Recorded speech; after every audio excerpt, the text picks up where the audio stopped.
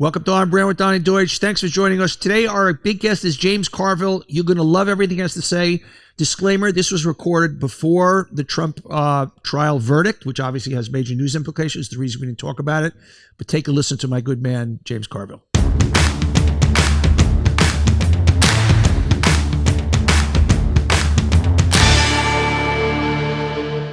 I am thrilled with today's guest. He's been kind of an inspiration to me all these years because he's, as far as I'm concerned, the smartest political operative, that's a good word, in the world. He ran Clinton's campaign, a ton of other campaigns. He's written 15 books. He's, of course, James Carville, the Ragin Cajun. I had the privilege of being hired with a bunch of other ad people to work under his tutelage. We did a few ads. It was a big group of people. I remember at the time you were quoted in A, said that fucking Donny Deutsch, he did 1% of the work and took 100% of the credit. Well, truth's always defense, Donny. I'm a marketer, I mean, that's it. But I'll never forget getting a speech from you guys, you and George. I actually had George on the podcast a couple of days ago, the first day, and going, you better win because they're gonna audit everybody's taxes if we don't, and you better figure it out. And you were raging, and from then on it was in. But I it's such a great time to talk to you because you and I, who are we bleed blue, and the Democrats just are all fucked up right now. I mean, my greatest thing about you is that the greatest line you had, we'll start it off with, fuck you to all the young voters who are leaving the Democrats, which is astounding to me that in the polls say they're tied with Biden, and these young people don't fucking get it. So please, let's give them a message.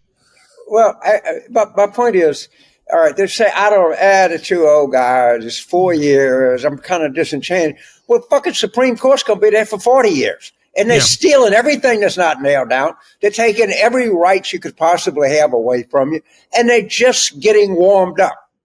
And I'm sorry, if you're 26, I know it's hard to get a loan. I know it's hard to think about buying a house. I know you're strapped with debt. I understand that. In our economy, Donny, we just rig it in favor of bold, wealthy people. This is a great economy for people like you and I. It's not worth a crap for somebody 25 years old. I understand that. But there are other things that affect your life that you need to get involved in this. You think I'll just wait till 2028 and there'll be somebody that I like. A lot of bad shit's going to happen in 2038 as a result of what happened in 2024. And by the way, don't think if Trump gets in that you're going to have a vote that matters in 2028. That's what people are not getting. They're not getting. They're not what people I don't get. And James, I talk to smart people. I'm not talking about MAGA people. You say to them, you understand Donald Trump is telling you he's a dictator, and that basically we're not going to have an independent FCC, not an independent FTC, not an independent Justice Department. There probably won't be any real elections anymore. He's like, our democracy is over as we know it, and they look at you like you got three heads. I don't know if they either can't process it or they don't care. It blows me away. It blows me away. I do a lot of work around the world, and I always show people the most important election is not the first one; it's the second one. Okay, look what happened in Gaza. They had one election, all right, and Hamas won. They never had another. Oh, yeah. Okay? And by the way, the Israelis told the Bush administration, if you hold this election, I'm going to tell you how it's going to end. And they were all into democracy. One election does not constitute a democracy. You're not officially a democracy until the people that win the one election leave for the second. So what is it that people don't, is it that they don't care? It's not going to affect my life. I don't care if our democracy is not what I know it, or they just can't accept it. This is what astounds me. People's head tilt when you tell them, and it's such a compelling story. You go, I say to people, do you care if your grandchildren get to vote again? Does that matter to you? And they go, nah, you're over exaggerating. And so how do we get that message through? It doesn't seem to register. So that, supposedly the smart people who say they don't care about democracy. They care about the price for a dozen eggs. Mm-hmm. Oh, bullshit. Yeah. All right. They don't care. If you go a block and a half on the Manhattan courtroom and you talk to a street sweeper, she or he doesn't care what happened. Well, maybe not, but it affects everything. Mm-hmm. And I do think if we drove a better story home, a more compelling narrative, people would pay more attention to us. I believe that. Speaking of a story, Biden, if I'm scoring at home based on the most legislative victories of any president that I can remember, a roaring economy. Yes, we have an inflation issue. A great job with Ukraine, the CHIPS Act, the Infrastructure Act. I could go on and on. Got us out of COVID. Yet people don't give him credit for any of the positive. Is it his age? Is it like I give him a solid B plus A minus, and So- nothing positive sticks to this guy. So I think there are a couple of things that work. I think if you look at the macro numbers of the economy, it is doing well. I think it is severely tilted in favor of older people with money. This is an economy that's very good for net savers, for people that have a low mortgage, or people that have a mortgage paid off, or people that have a 401k. This is not a good economy for a net borrower. All right, the combination of cost of living increases, high interest rates, high insurance cost. Don't forget that. That is the sleeper issue. That's why we're going to do better in Florida than anybody thinks. But I think the recovery is undeniable. The unemployment rate is undeniable. The growth rates are undeniable. But the whole system, I think, has been rigged in favor of people like you and I. Yes. And I think that's causing. Now, we're doing better with older voters than Democrats normally do. Yes. And we're doing worse with younger voters. If you think about it, it makes sense. Yeah. But the irony is, do they think the Republicans would do any better with younger voters? I mean, that's the head fake of all time. Well, they're all so younger voters in 2020 were 17% of the total vote were under 30, and of that, Biden got 62%. Those numbers are not going to be replicated. We could see better than we're doing. And among black voters, there were 12% of all voters, and 90%, 89% voted for Biden. We're not going to hit that. We're going to have to make it up with older voters and loosely aligned voters. Now, we can do better. I'm not saying we do better, but the issue that they care about is not Gaza, is not student loans. All right. Unfortunately, for people like me, it's not even climate, although it should be.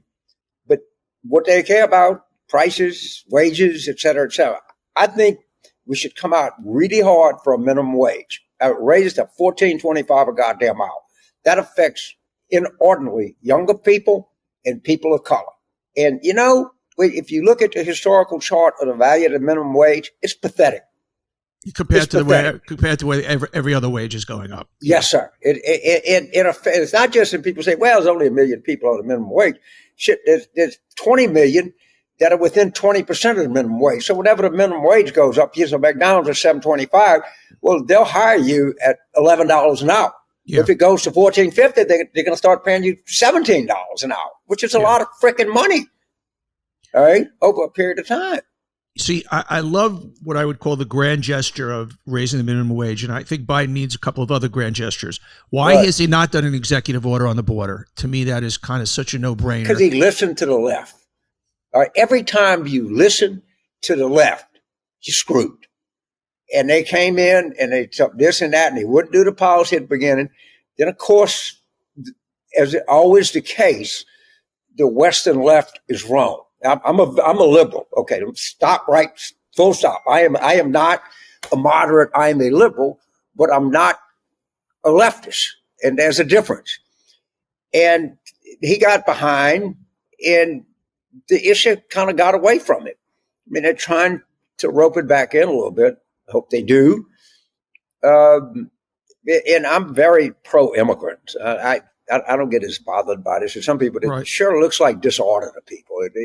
People don't like when things are disorderly. Well, you mentioned that, and I say we have a chaos problem. You combine that, and I think the student protests gall people in such a way because they forget whether you stand on Israel. It feels un-American. They hate fucking America. These young idiots. You see them up there, and I think Biden also made another mistake with the left there.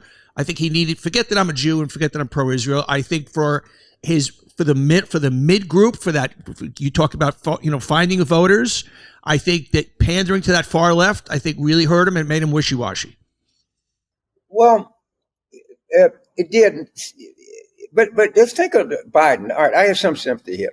So they're actually protesting against Biden.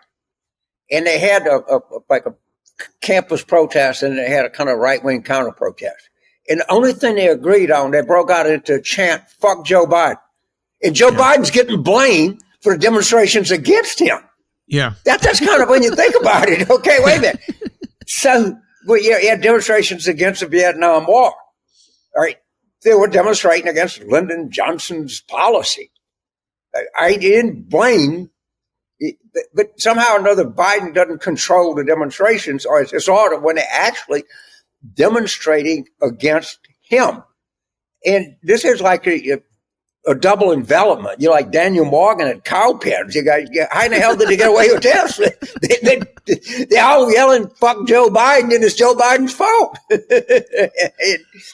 and by the way, a lot of these people are nauseous. I mean, that one Columbia graduate student that demanded that she be on the meal plan. The meal plan revolutionaries, miles long march, wait a minute.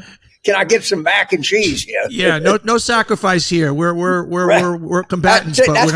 That's my favorite. I could not get enough of the meal plan revolutionary. I also like there was one down at NYU when they ask why you're here. I don't know. It seems like a party. Everybody's Why not? And when you ask all of them, do you even understand River to the Sea? Do you even understand any of these issues? It's to them, it's oppressor and oppressor. It's the lighter skin and the darker skin. Which is ironic because Israel is mostly non-white, people of color. But it's this generation that's been this TikTok moron generation that's been brought up that every formula is oppressor oppressed. And that it's colonizers. They're not colonized. Okay, Israel, I think fair to say, they made mistakes with the aggressive settlements. All right. Yes, on the West Bank. Yes, without question. But none of this is colonialism.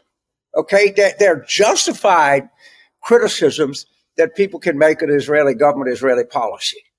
But when you go to something like that, that's just not how it happened.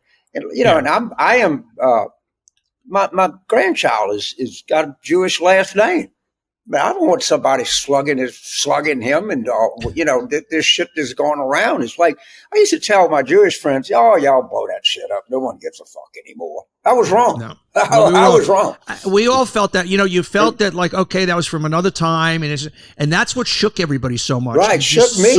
It shook the shit out of me. I thought, holy shit. Yeah, I thought I can't tell you the last time I heard. People are not going to say it in front of me, but you would hear when I was younger, all the Jews that got to us. So you'd hear that shit every now and then. I hadn't heard that in this century, but boy, it's fucking real out there. It is.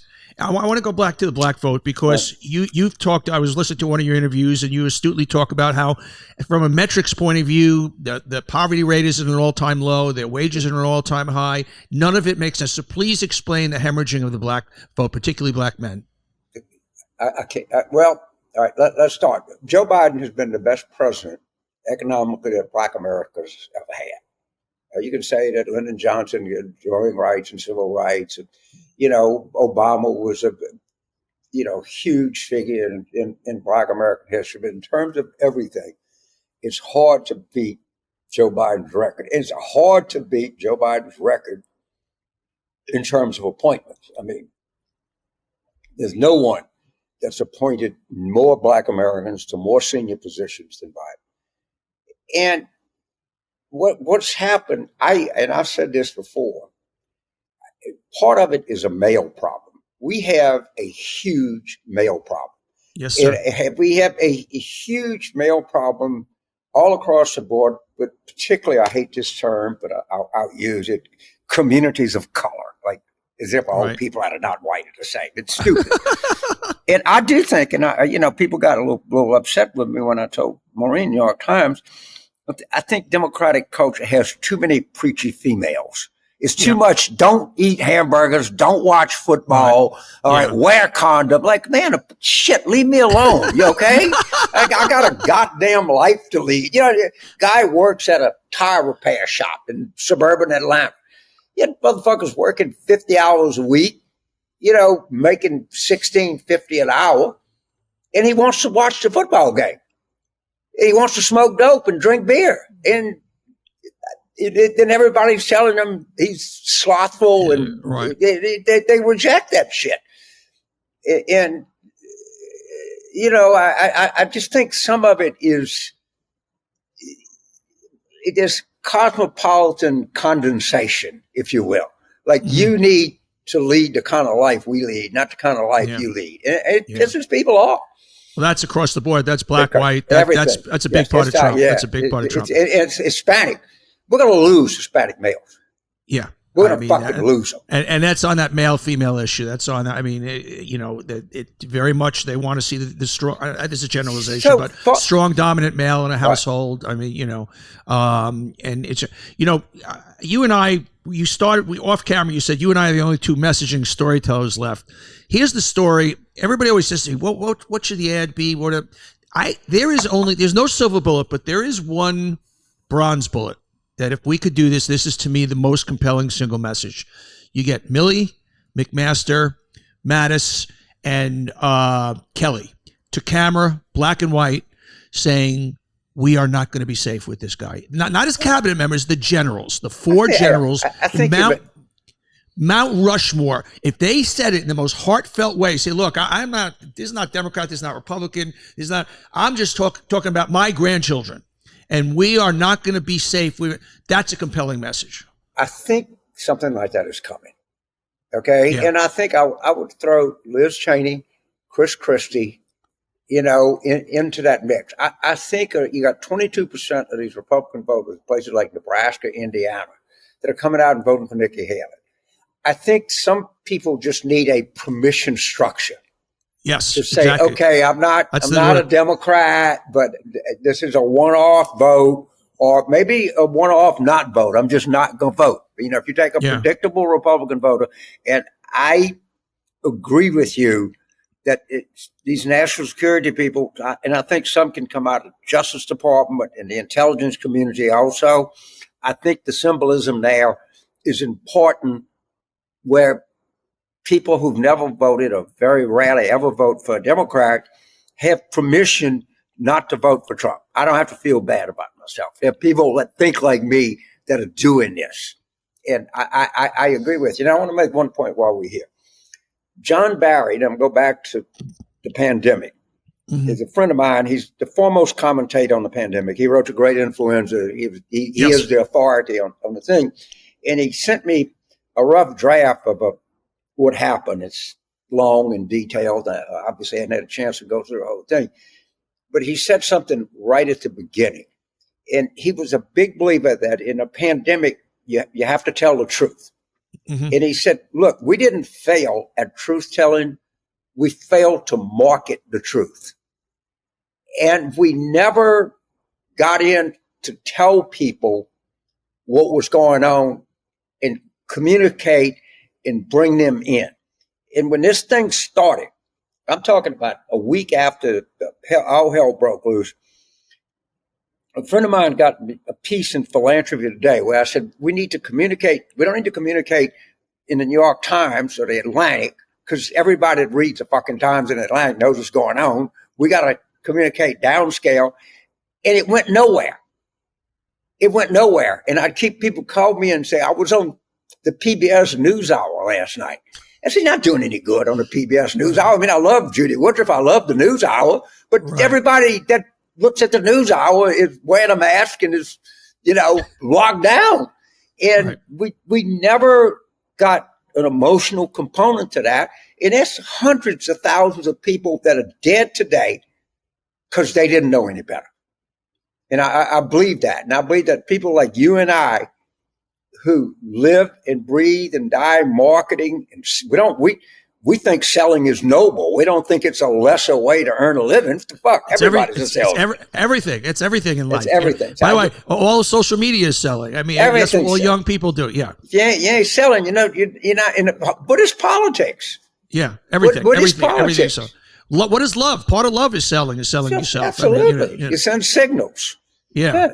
No, absolutely. That's why I so admire you, because you are a proud salesman. You're not you're not into global communications. You're into selling. I always would break down an ad is if it's a good one-to-one sales message, it's a message. That's what an advertising is. It's door to door, except it's a million doors at the same time. And if you can't break it down that way, you're not going to be able to break it. So you've got a great quote. I'm going to misquote it, but basically trying to figure out what to go after with Trump is like a mosquito at a nudist colony. So where would you focus? Obviously, so much of it is, I've talked about the fear of democracy. Where else do you go? Because there's so much to work with, and therein lies the problem. The problem is, if you got 10 attacks, none of them break through. And it's hard to decide on one. All right. What about him promising the energy companies they could write their own ticket if they gave him $1 billion? That's fruitful.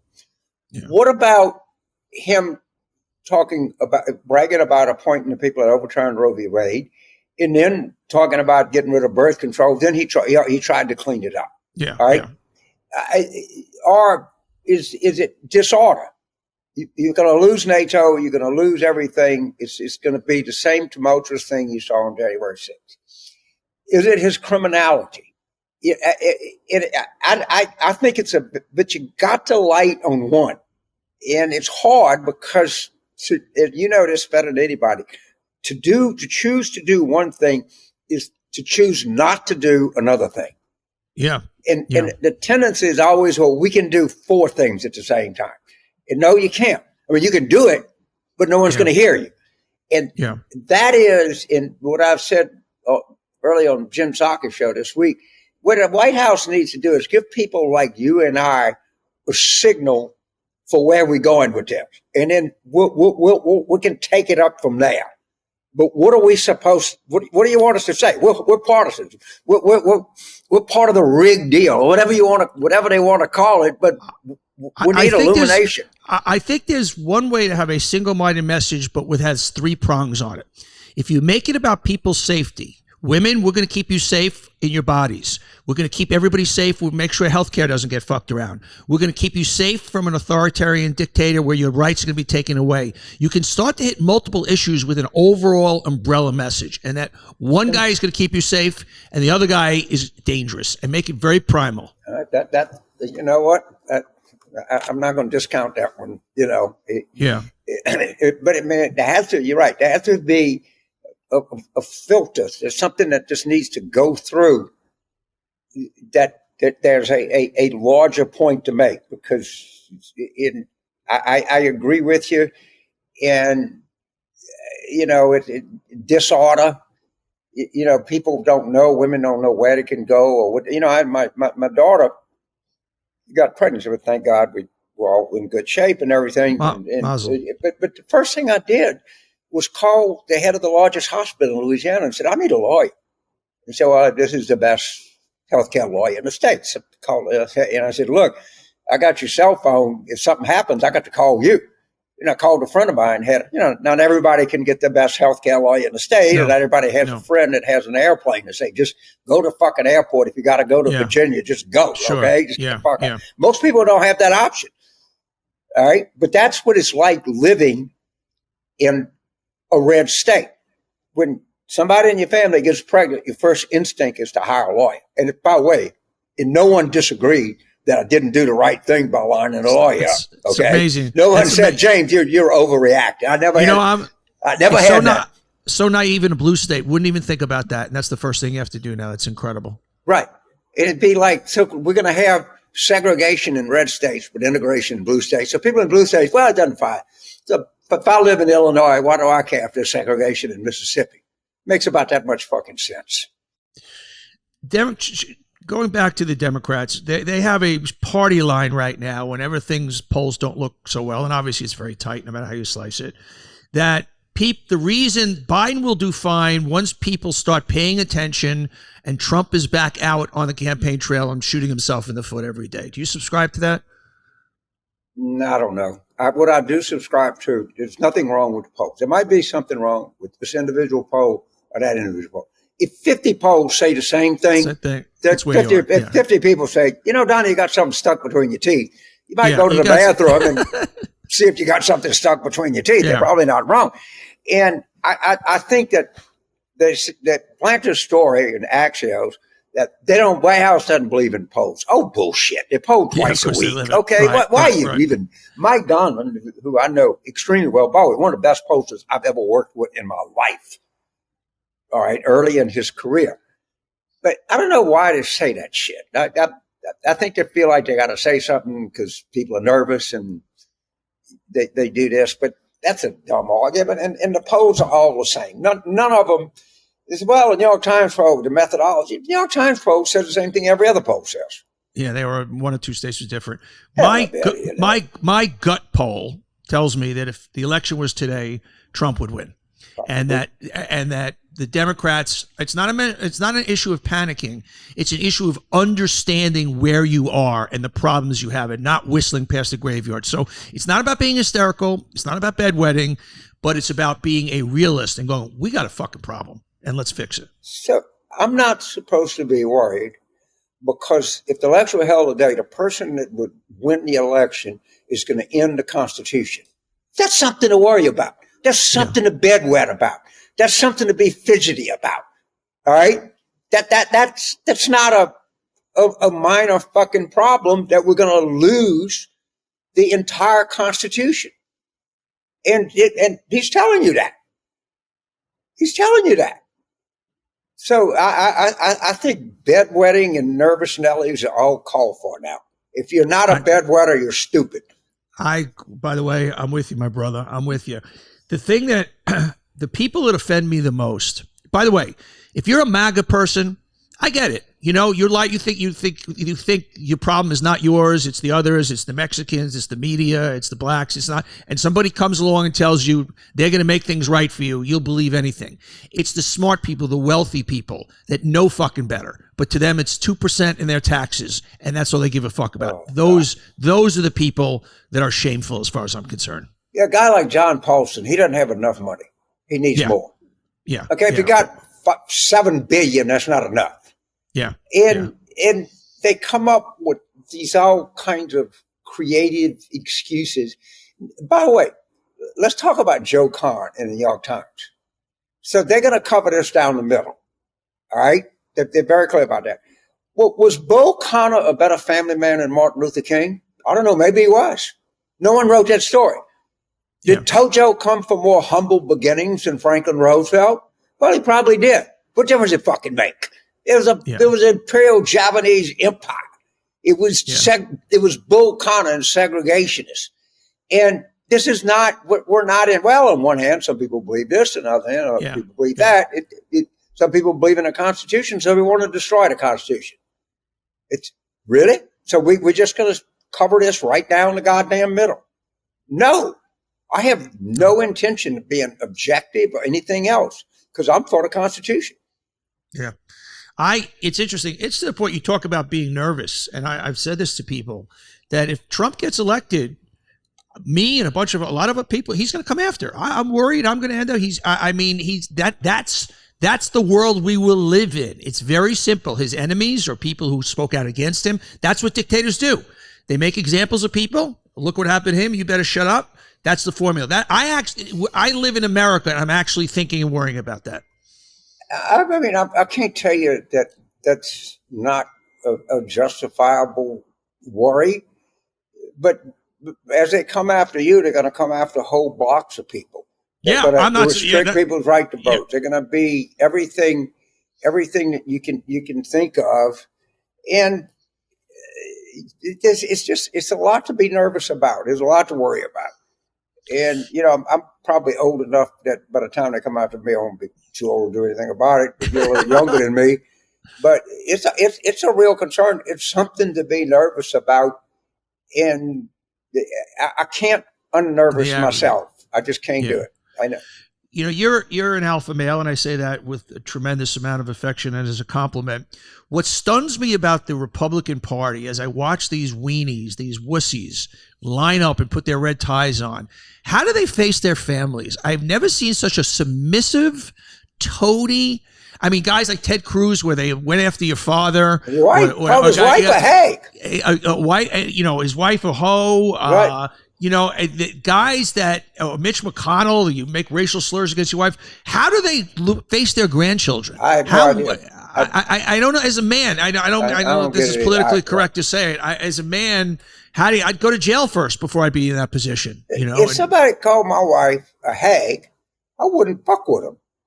I'd have nothing to do with it. By the way, look at Sam Alito. What did that boy's mother do to him?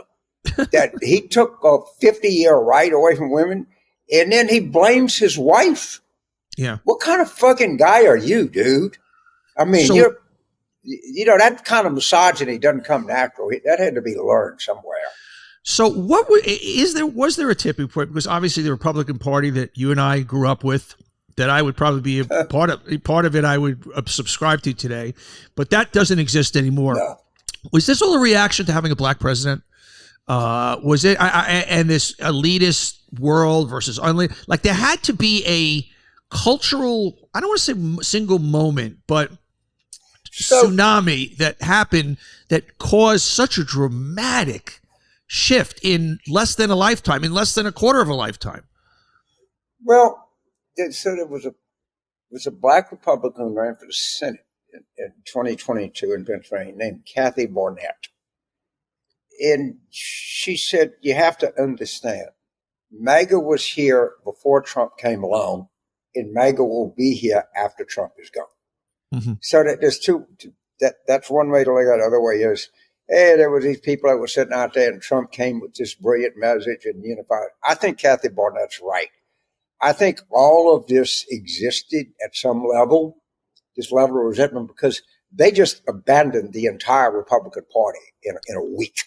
I mean, they don't, you know, Richard Lugar and Rob Portman, they don't exist anymore. They don't exist. That's gone. They're gone. That's gone. Yeah. And so I, you know, is there any number of reasons that it did? I think a lot of it is cultural resentment. And I think a lot of Democrats played right into that cultural resistance, into that metropolitan triumphalism. And it really pissed people off. And a lot of, you know, and so we'll give you this example. In January of 2020, LSU played Clemson for the national championship. It was in the Superdome in New Orleans. Geography lesson, Baton Rouge is about 80 miles away. It was a night game, Monday night game. So the president says, we're not going to have class on Tuesday. And my daughter was a senior. No one wants your children driving 80 miles. Sure. Yeah. After a once in a lifetime. And this guy, Benjamin Applebaum, New York Times said, well, they're not a real school. They shouldn't even get student loans because they're calling off classes for a football game. This fucking guy thinks he's smart. All right. And it's such, you multiply that times 100. It's such a cultural put down.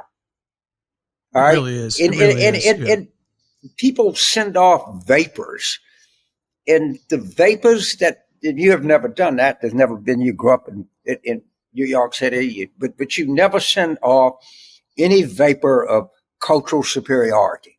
I grew up in Queens. I mean, I grew up in middle class. New York, but it's New York. Okay. Yeah, it's New York. Yeah. But whatever. It doesn't, but that doesn't, it's just, people feel it all the time. And I mean, it's probably become exaggerated to some point, but I think that we're starting to see the problem, and it's starting to be acknowledged, which is a good idea. But I don't think anybody's going to write anything that's stupid again. So just a little personal for a second, because so much of what happens in the world now is people on opposite sides have got to learn how to talk to each other. And I read where you said, and I said this, the worst thing you could say to a Trump person is, what the fuck is wrong with you? You say, I get why you did it the first time, and he fooled you and he betrayed you. So what lessons do you have, having lived with a wonderful woman who sees the world completely different from you, about talking to the other side? Well, I think Mary's Not sees the world completely different. But, you guys are opposites. I've learned not to speak for my wife, but this has been hard on everybody. Of course, she has 2 daughters. They can't stand Trump. I mean, both of our children. Yeah. Can't. But like most people, I think she's coping, better when she was very close to the Cheneys. She was Dick Cheney's top aide in the White House, and she basically helped raise Liz Cheney. All right, and I look at it and I see the human side of all this disruption, and it's. And there's a lot of people that have gone through all of this, and I have some sympathy and some effort not to make it any harder than it really is. And I can't stand Trump. I mean, I think he's a traitor. I think he's evil. I think he's evil. I think he's evil. I mean, pure evil. I don't. Yeah. But my point was, to a lot of people, Trump is biblical, and he has this biblical narratives. And as opposed to trying to get people to think of it in different terms, a huge biblical narrative is betrayal. We believed, and he turned on you. And so if you're trying to get some of these people back, you don't start off with how stupid you could be. So, I kind of see where you kind of felt that way. Because, some of these cultural elites pissed me off too. Some of these banks and corporations made deals to benefit themselves and not you. And I understand that. But you know what he did? He promised them if the oil companies gave him $1 billion, they could rig any price they wanted. They could do anything they wanted. That's a betrayal. That's not on you. Yeah. That's not on you. That's on him. And I think how you approach them is very important. And I don't think, there's 2 courses that people come to me all the time and say, My niece wants to be in politics. She's a sophomore at Dartmouth or some shit. What do you think she should do? 2 courses she should take. Comparative government, because once you learn that, you learn a lot more about how your own government operates. And 2, the Bible is a narrative. Understand, there's been nothing new in communication since the Bible. It's all every element of it is all contained in that. I'm not telling you have to believe it. What I can tell you that the Old Testament stories, the New Testament stories, all of them are a story arc that people digest information through. And you should know it. And you should learn it. And if you want to believe it, that's fine. That's your business. But what I can tell you, there are a lot of ways in the Bible that teach you how to communicate and how to deal with people. That's a good place to end. James Carville, right. I've been a fan ever since I sat in that war room in 1992. You are a patriot. You are a true patriot, and I've always been a fan. And how busy you are. Thank you for taking time. It means a lot to me. I wanted to do this. I get a lot of invites, and I saw it come up because we always, at the end of the day, we're just 2 storytellers. We're hawking our goods, man. That's all we're doing. All right. Everybody, thanks for watching. If you like it, hit that subscribe button. And we love having you here watching On Brand. And just don't miss any future episodes. So don't forget to hit that subscribe button. We'll see you next time.